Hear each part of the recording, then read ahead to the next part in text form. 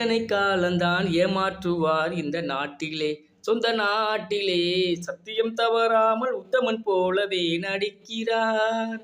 சமயம் பார்த்து பல வகைகளில் கொள்ளை அடிக்கிறார். இப்படிதாங்க கோயம்புத்தூர் மாவட்டம் மேட்டுப்பாளையம் அருகே நெல்லுத்துறைங்கிற பழங்குடியினர் அதிகம் வசிக்கக்கூடிய இடத்துல 10க்கும் மேற்பட்ட கிராமங்கள் அங்கே இருக்குது. நேற்றைய தினம் ஒருத்தர் வந்து அங்கே மாரடைப்பால் உயிரிழந்திருக்காரு. சாலை வசதி இல்லாமல் அவரை வந்து டோலி மூலிமா தூக்கிட்டு போகிற அவல நிலை தான் அங்கே இருக்குது. இந்த 2022-23 2300 கோடி முதல்வர் சாலை திட்டத்தில் கொடுத்துருக்காங்க. ஆனால் இது எங்கேன்னு சொல்லிட்டு நம்முடைய மாநில தலைவர் அண்ணாமலை அண்ணன் அவர்கள் கேள்வி எழுப்பியுள்ளார்கள்.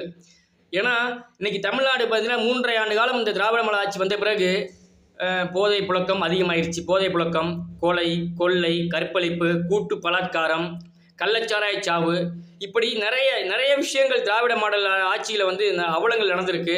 இதெல்லாம் மூடி மறைக்கிறதுக்கு இவர்கள் எடுத்துக்கொண்ட ஒரே ஒரு ஆயுதம் என்னன்னு கேட்டிங்கன்னா இந்தி எதிர்ப்பு, கபட நாடகம். இதெல்லாம் மூடி மறைக்கணும்னா என்ன பண்ணணும்? இந்தி எதிர்ப்பு இல்லை மும்மொழி எதிர்ப்புன்னு சொல்லிட்டு இவங்க எடுத்துகிட்டு இருக்காங்க.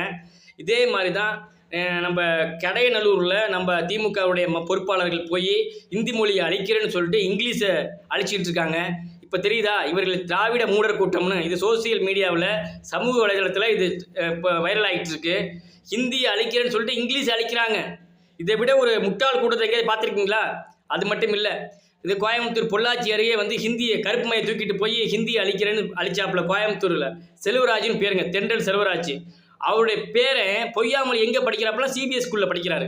அப்போ திமுகவுடைய மாவட்ட செயலாளர்கள், அமைச்சர்கள், இவர்கள் பிள்ளைகள் சிபிஎஸ் ஸ்கூலில் படிக்கலாம், ஹிந்தி கற்றுக்கலாம், 4 லாங்குவேஜ் 5 லாங்குவேஜோடு கற்றுக்கலாம். ஒரு சாதாரண ஏழை வயிற்றில் பிறந்து அரசு பள்ளியில் படிக்கக்கூடிய மாணவன் ஏன் அதர் மொழி 3வது மொழியை கற்றுக்கக்கூடாது? இதில் என்ன உங்களுக்கு வந்துச்சு? உங்களுக்கு 3வது மொழியை கற்றுக்கிட்டா அவன் வந்து உங்களுக்கு போஸ்டர் ஓட்ட மாட்டான், உங்களுக்கு சொம்பு தூக்க மாட்டான், உங்களுக்கு கொடி பிடிக்க மாட்டான். அப்போ தமிழர்கள் கூட்டம் முன்னேறி வருவதை தடுக்கின்றதா இந்த திமுக அரசு, இந்த திராவிட மாடல் அரசு? கண்டிப்பாக மும்மொழி வந்தே தீரும்.